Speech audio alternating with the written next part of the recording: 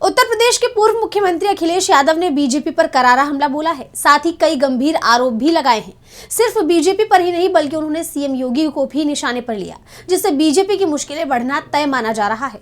तो क्या कुछ बोले हैं अखिलेश यादव और क्या है पूरी खबर, देखिए इस रिपोर्ट में। पश्चिम बंगाल में विधानसभा चुनाव होने हैं, ऐसे में बीजेपी की तरफ से एड़ी चोटी का जोर लगाकर बंगाल फतेह करने की कोशिश की जा रही है, लेकिन बीजेपी को कोई सफलता नहीं मिलने वाली। ये दावा किया है उत्तर प्रदेश के पूर्व मुख्यमंत्री और सपा प्रमुख अखिलेश यादव ने।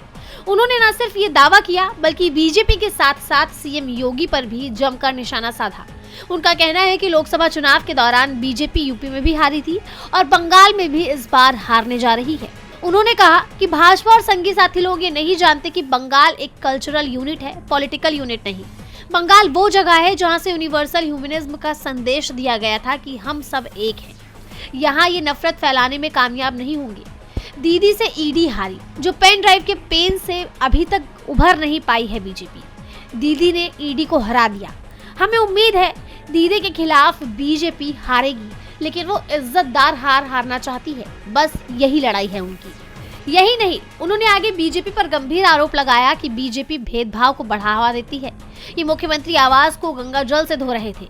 इनकी डिवाइड करने की पॉलिटिक्स है। हमने तो वो समय भारतीय जनता पार्टी का देखा है जहाँ पर मुख्यमंत्री आवास को गंगा जल से धो रहे थे।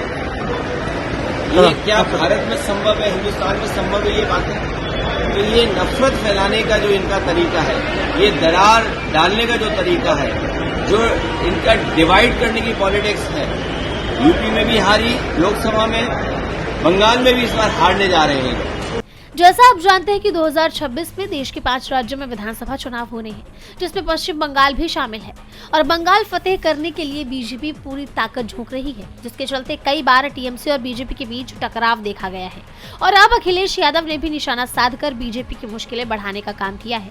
वहीं अब देखना होगा कि अखिलेश के इन हमलों पर बीजेपी या सीएम योगी की तरफ से कोई प्रतिक्रिया आती है या नहीं। डीबी लाइव की रिपोर्ट।